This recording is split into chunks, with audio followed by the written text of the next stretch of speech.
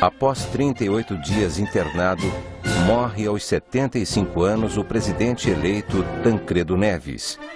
Após 7 intervenções cirúrgicas, em 21 de abril de 1985, às 22h23, no Instituto do Coração, em São Paulo, Tancredo Neves nos deixa, no dia de Tiradentes, transformando um país inteiro em luto.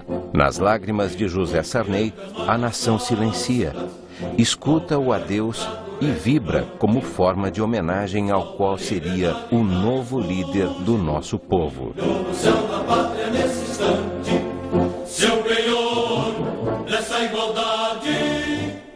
Brasileiros e brasileiras. Era assim que o presidente Sarney iniciava sempre a sua conversa com os brasileiros. Nós vamos ver na aula de hoje o Brasil pós-85 e com José Sarney assumindo o poder. Vocês acabaram de ver, na nossa introdução, o falecimento do presidente Tancredo Neves.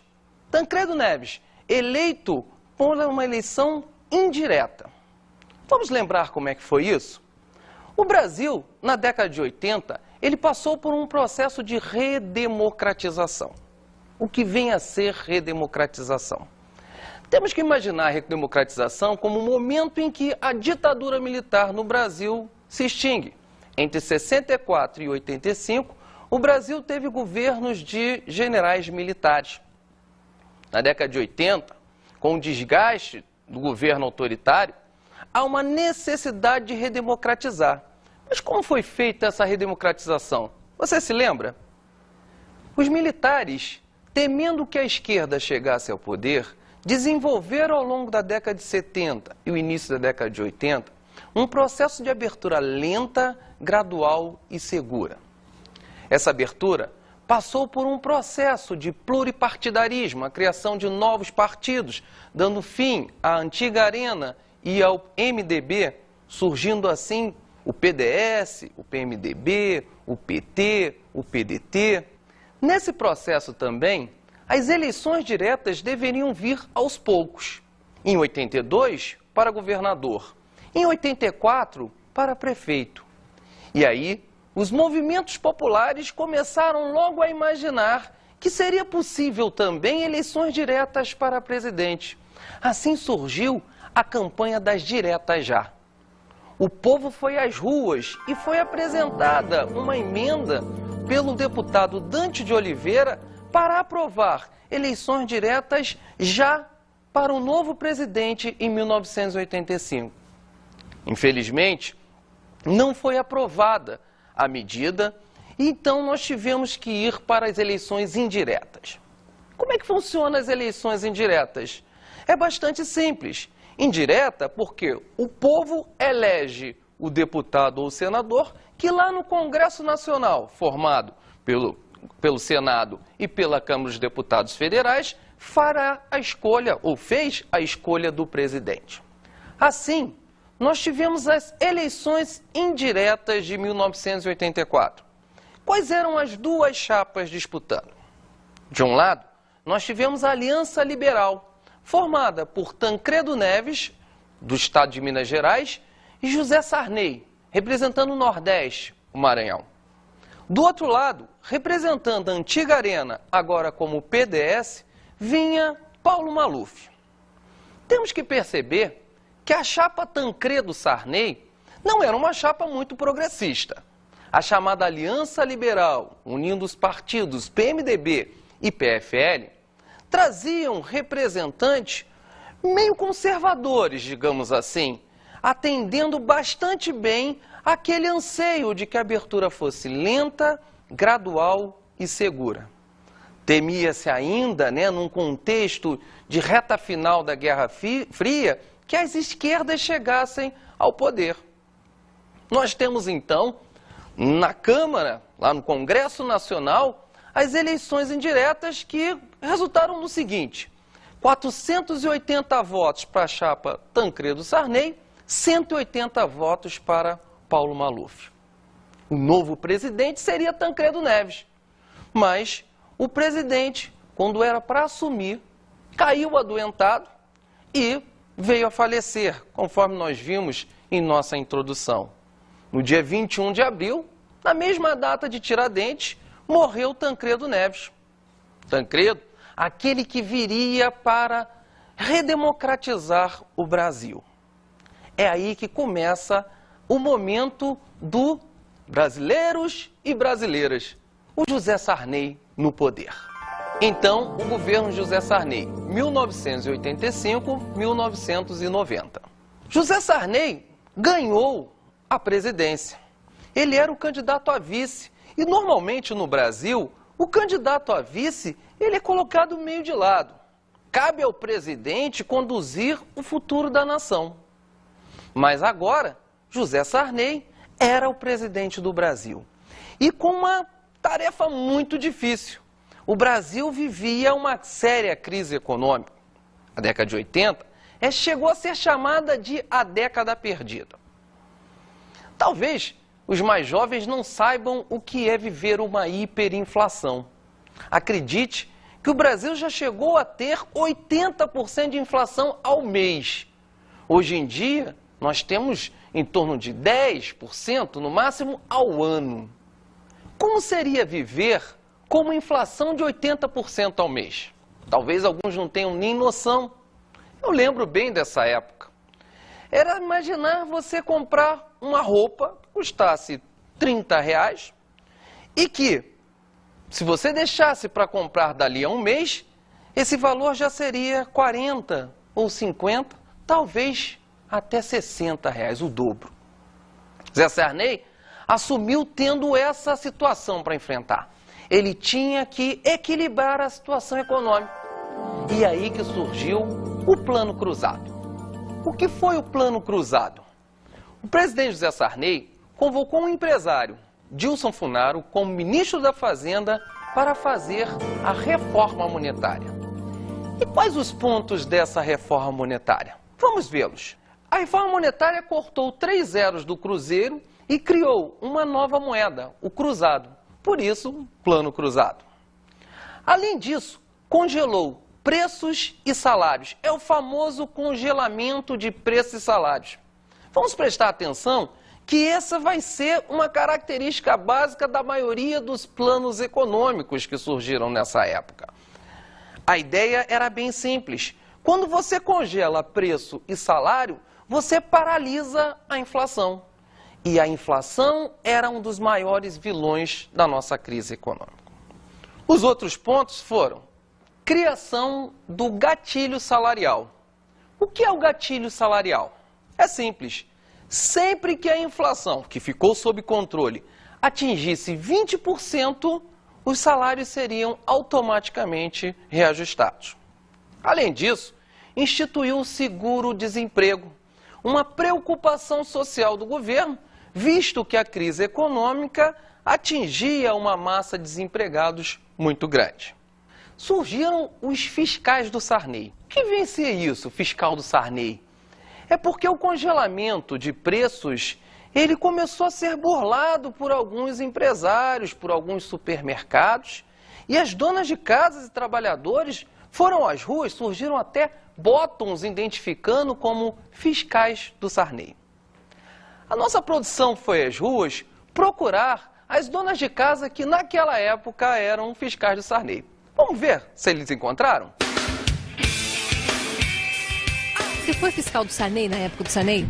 Não. Então teria que ser. Eu ainda sou fiscal do Sarney, o adesivo, né? Isso aí mesmo. Acompanhar os preços das coisas, ver o que era mais barato, conferir as mercadorias. Fiscalizar os preços, o aumento das coisas, né? E eu, quando chegava nos mercados, loja, onde fosse, eu fazia pesquisa por preço, por tabelas, e até hoje eu faço isso. Quando ele trabalhou lá, eu gostava muito dele. Procurar os preços, explorar onde está mais barato, a gente procurava as mercadorias mais baratas no mercado. Eu lembro que eu fazia lista de compras de supermercado e depois checava os preços e tinha um X, um teto que a gente usava em casa e depois checava o que tinha subido, corria nos outros supermercados, mais ou menos assim, era assim. Pesquisa? É, sempre. Valeu a pena? Acho que sim, ainda hoje eu uso esses referenciais. Eu ainda realmente uso isso ainda. Observem como que as donas de casa lembraram das consequências daquela época. A primeira delas foi o controle da inflação, muito importante na medida em que os preços se estabilizaram. Houve com isso um aumento do poder aquisitivo e do consumo. As pessoas não tinham antes, com a hiperinflação, como planejar a sua vida. Não existia, por exemplo, crediário. O que hoje em dia é possível pagar em 3 vezes, em 6 vezes, naquela época de hiperinflação isso não era possível. O congelamento foi positivo nesse sentido. O ponto negativo foi a falta de produtos. Por quê? À medida em que o consumo aumentava, a produção não acompanhava. Isso foi um sério problema na época. Por quê? As prateleiras do supermercado começaram a ficar vazias. E acabou gerando um outro problema que foi a cobrança do ágio. O que é o ágio? É um sobrevalor cobrado sobre um preço tabelado. Por exemplo, você tinha um produto que custava R$10, mas para comprá-lo o vendedor passou a exigir R$11, R$12, R$13. Enfim, as pessoas passaram a ter falta de produtos e empresários aproveitaram para ganhar algo a mais. Por que aconteceu isso? Aí a gente tem que voltar à chamada lei da oferta e da procura. Pela lei da oferta e da procura, quando você tem muita gente consumindo, você tem uma procura muito grande por um produto, a tendência desse preço é subir. E o plano cruzado gerou um aumento no consumo, gerando esse desagradável problema da falta de produtos e da cobrança do ágio. Com isso, nós tivemos o vilão novamente, o aumento da inflação. O plano começou a dar errado. E havia uma necessidade de se corrigir esse plano. A questão é que o plano cruzado, lançado em fevereiro de 86, foi no mesmo ano em que haveriam eleições para a Assembleia Constituinte, que iria escrever a Constituição brasileira. Além disso, nós teríamos também a eleição para governadores. E aí, o governo segurou o plano até as eleições. Por que segurar o plano até as eleições? Aproveitando-se de que o povo estava feliz com o congelamento de preços, a possibilidade de aumento de consumo, até um aumento de poder aquisitivo, o governo culpava os empresários, culpava a outros pelos problemas do plano cruzado. E o governo conseguiu colher os pontos positivos nas eleições. O PMDB, para vocês terem noção, elegeu 22 dos 23 governadores da época. E o PFL, que fazia parte da aliança, elegeu o 23º, o estado de Sergipe. Também, na Assembleia Constituinte, PMDB e PFL conseguiram eleger muitos deputados e senadores. Uma nova crise econômica estava prevista para logo após as eleições. O governo tentou corrigir através de diversos planos, como o Cruzado 2, o Bresser e o Verão, a essência deles com congelamento de preços e salários. O segundo aspecto muito importante do governo Sarney é a Constituição de 1988. Vamos ver as características da Constituição de 88. Primeira coisa foi a manutenção da República Federativa Presidencialista, até um plebiscito de 93, que vamos comentar no governo Itamar. O mandato de 5 anos para presidente, inclusive, é chamado de o golpe do Sarney. Durante a Assembleia Constituinte, Sarney negociou, inclusive, dizem, liberando cargos e verbas para que ele conseguisse um ano a mais de governo. Cabe ressaltar que logo em seguida, o mandato volta para 4 anos. Independência entre os 3 poderes. Eleição em 2 turnos. A eleição em 2 turnos seguiria o seguinte critério: apenas para presidente da República, governador de estado e prefeitos de municípios com mais de 200 mil habitantes. Fim da censura. Voto facultativo aos analfabetos e aos jovens com 16 e 17 anos.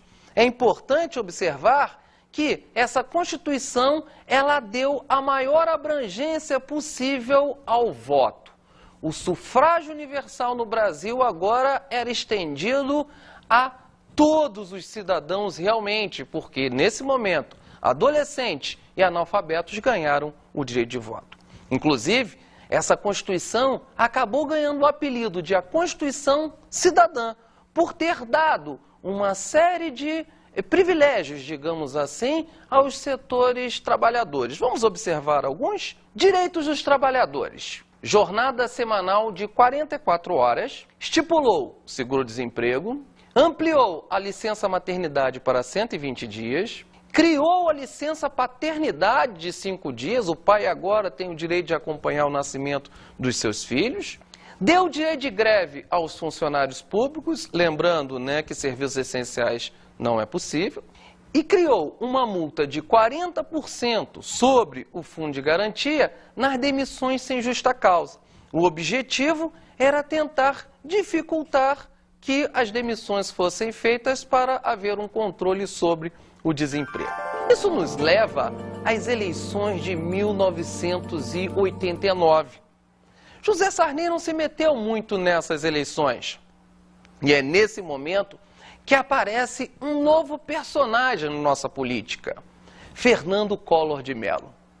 Dizem que ele se apresentou, um jovem político, que havia sido em 1980 prefeito de Maceió, capital do Alagoas, prefeito ainda naquela época, escolhido, né, pelo governo militar, e ele se apresentou como um possível vice-presidente para o PSDB ou para o PMDB.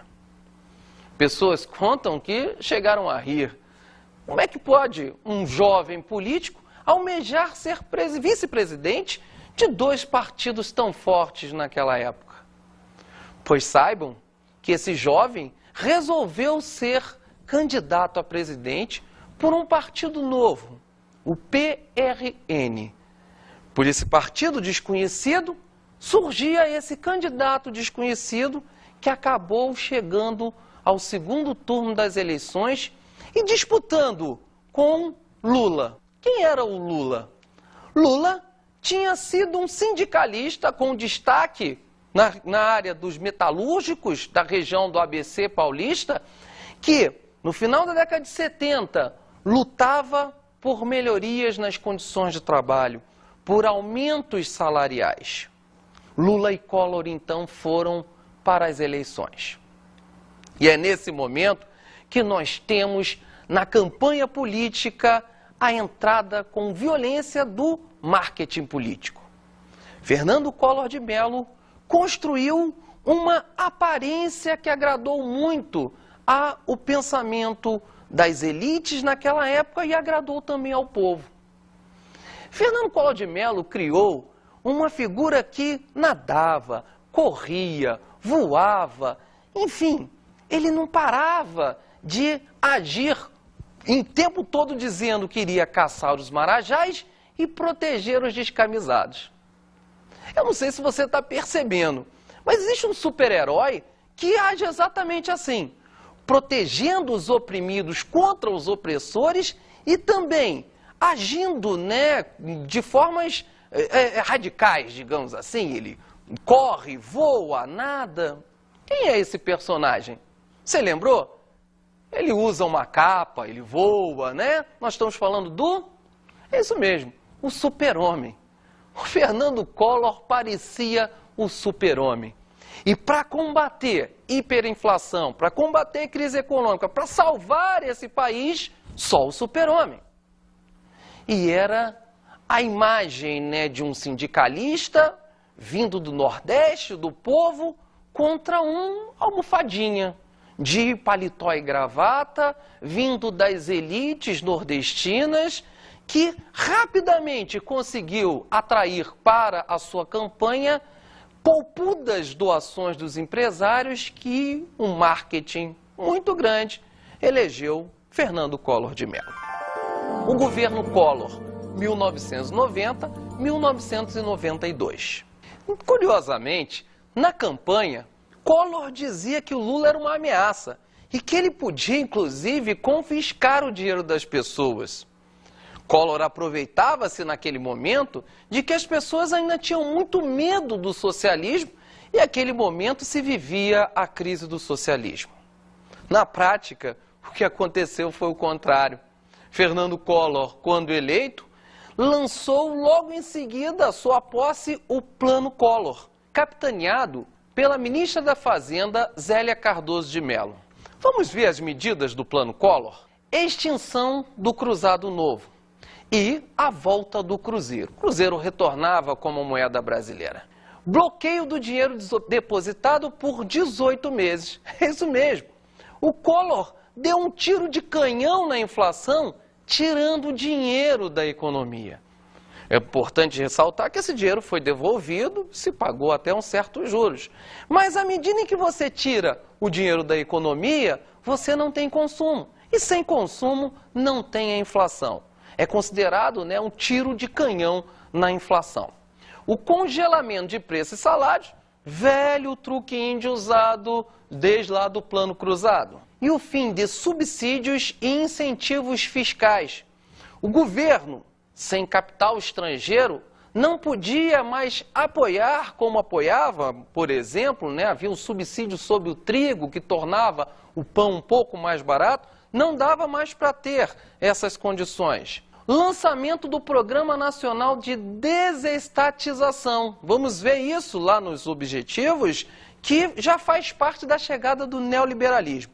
A extinção de vários órgãos do governo, como, por exemplo, o Instituto do Açúcar e do Álcool, o Instituto Brasileiro do Café, o Superintendência de Desenvolvimento do Centro-Oeste e o DENOX, o Departamento Nacional de Obras contra a Seca. Muitas dessas empresas, elas surgiram na época do antigo milagre brasileiro, na época dos governos militares. Um momento em que o Brasil tinha capital estrangeiro sobrando e surgiram várias empresas que acabaram também gerando muitos empregos para os apadrinhados dos políticos da época.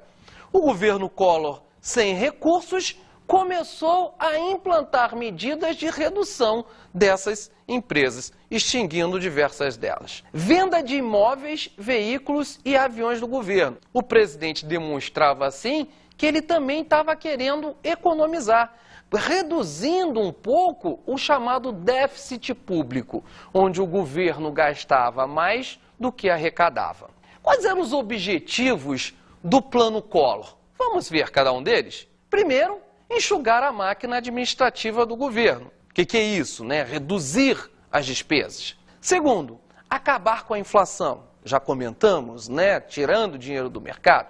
Modernizar a economia. Modernizar a economia.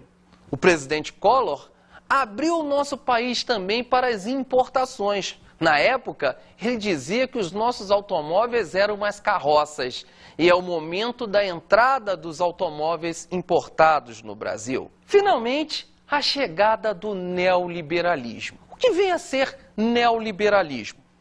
Neo é o novo. Liberalismo é o antigo liberalismo do século XVIII, a liberdade econômica, a abertura econômica vinda de produtos estrangeiros faz parte desse pensamento neoliberal.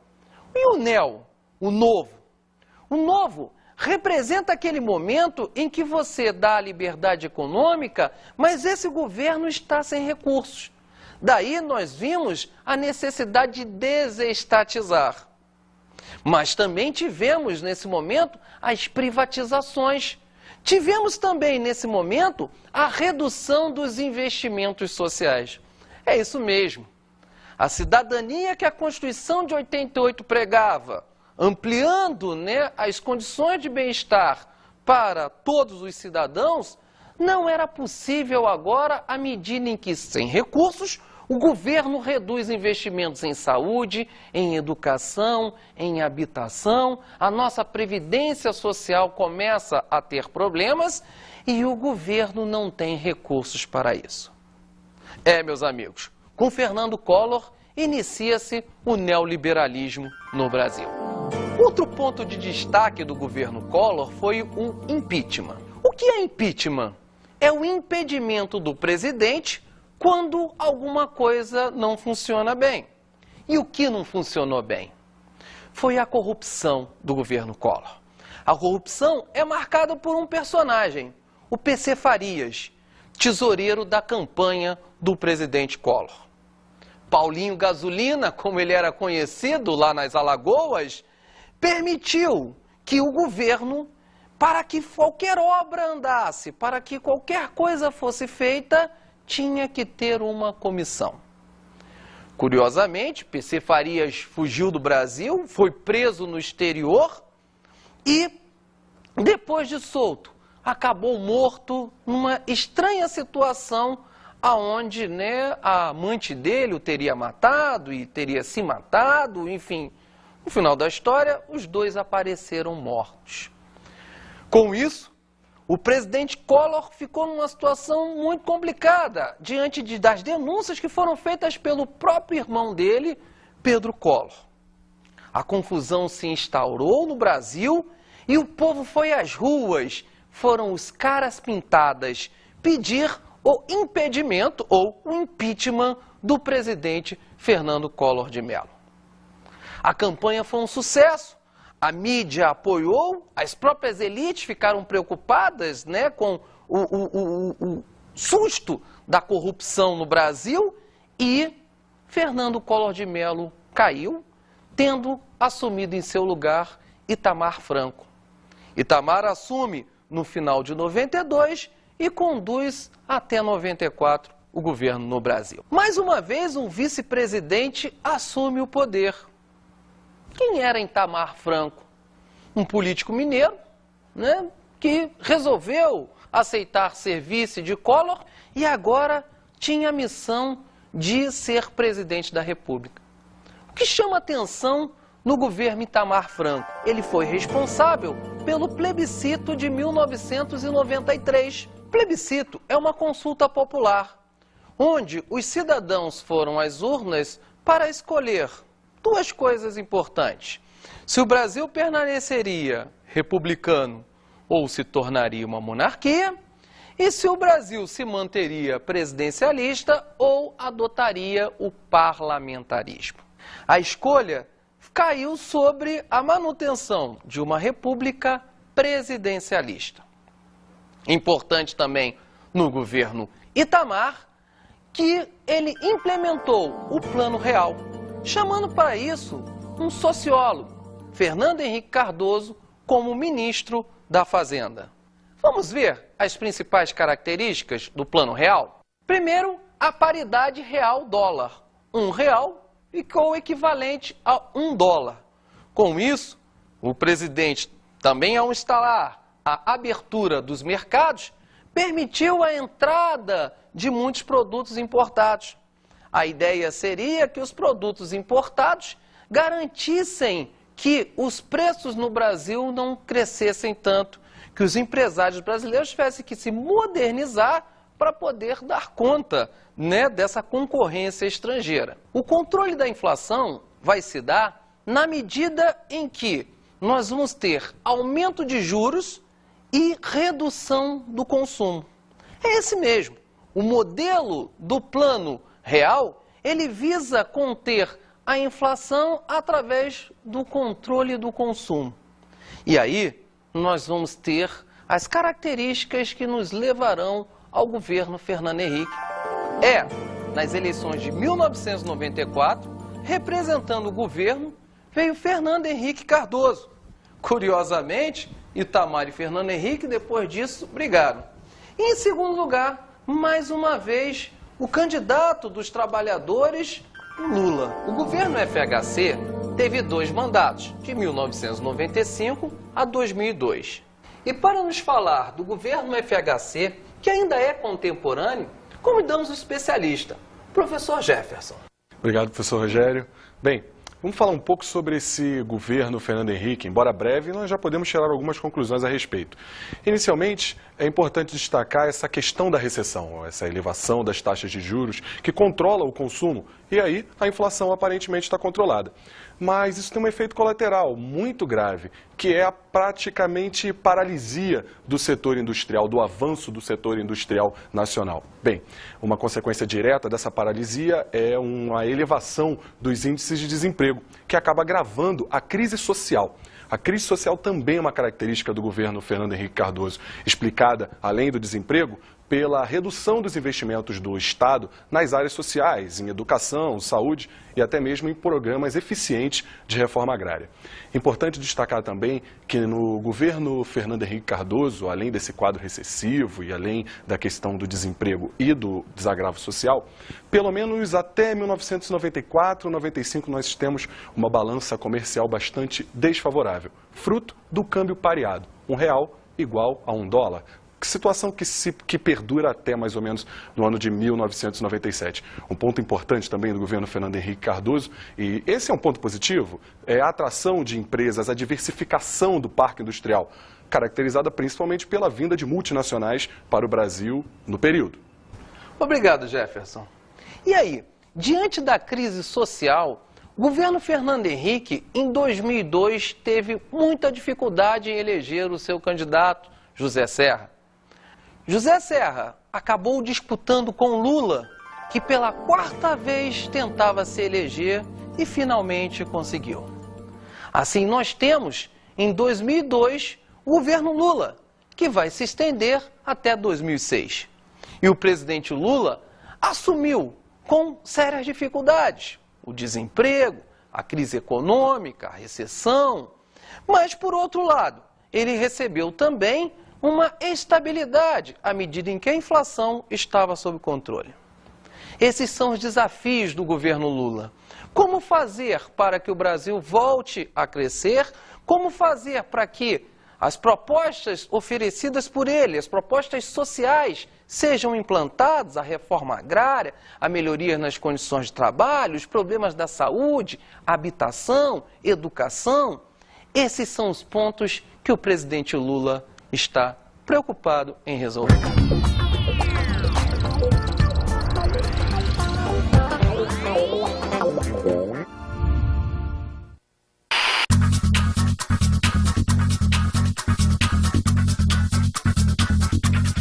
E aí, pessoal, a nossa dica de estudo é para que vocês usem o livro do Eduardo Bueno. Eduardo Bueno, História do Brasil, é um livro escrito por um jornalista que gosta muito de história. Eu recomendo, inclusive, para todas as partes da história do Brasil. Especificamente, a respeito do governo Fernando Henrique e Lula, eu recomendo O Sapo e o Príncipe, de Paulo Marcum, que mostra a trajetória dos dois, inclusive quando Lula chegou a apoiar Fernando Henrique e depois a disputa e a chegada do presidente Lula ao poder. É isso aí, pessoal. Foi muito bom estar mais uma vez com vocês.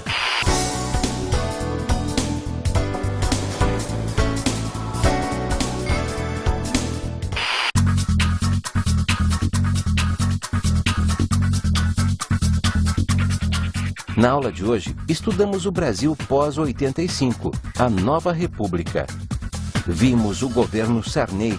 Vimos o governo Sarney em seus 2 pontos básicos, o Plano Cruzado e a Constituição de 88.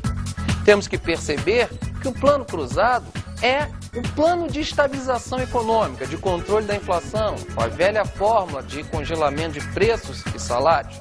E a Constituição de 88 chama muita atenção que ela é uma Constituição cidadã. Foi essa Constituição que deu uma série de direitos aos trabalhadores brasileiros. O governo Collor, 1990 a 1992. Do governo Collor, chama atenção 2 coisas. O Plano Collor, o qual ele tirou o dinheiro do mercado para controlar a inflação, e o seu impeachment. A campanha dos cara-pintadas, o povo indo às ruas para derrubar o presidente acusado de corrupção. O governo FHC. O governo FHC, nós tivemos 2 mandatos e nós vivenciamos 2 aspectos importantes.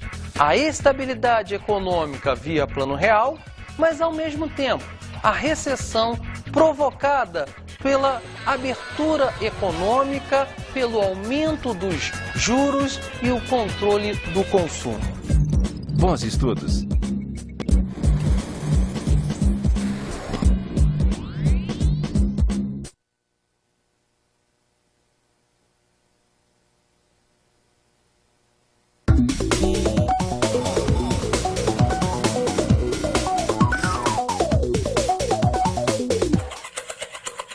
Caros colegas, essa parte do Brasil atual, ela é bastante interessante à medida em que nós estamos praticamente vivendo os efeitos ainda, né, desses últimos governos. Sugiro procurar trabalhar com os alunos informações de notícias, jornais, revistas, que estejam comentando, principalmente quando estiver aniversariando alguma das mudanças feitas por esses últimos governos. Sugiro também o uso de músicas, principalmente as das décadas de 80, que o aluno, né, o rock nacional, ele se fez muito presente nesse momento. E existe um livro que pode ajudá-los nesse sentido. O livro é O Brasil, século XX, ao pé da letra da canção popular, da Nova Didática Editora. Destaca-se na época as músicas Inútil, do Traje a Rigor, e Geração Coca-Cola, do Legião Urbana. Recomendo também o livro História do Brasil, do Eduardo Bueno, o mesmo que eu sugeri para os alunos. No mais, é só fazer com que os alunos se interessem pela história do Brasil. E boa aula!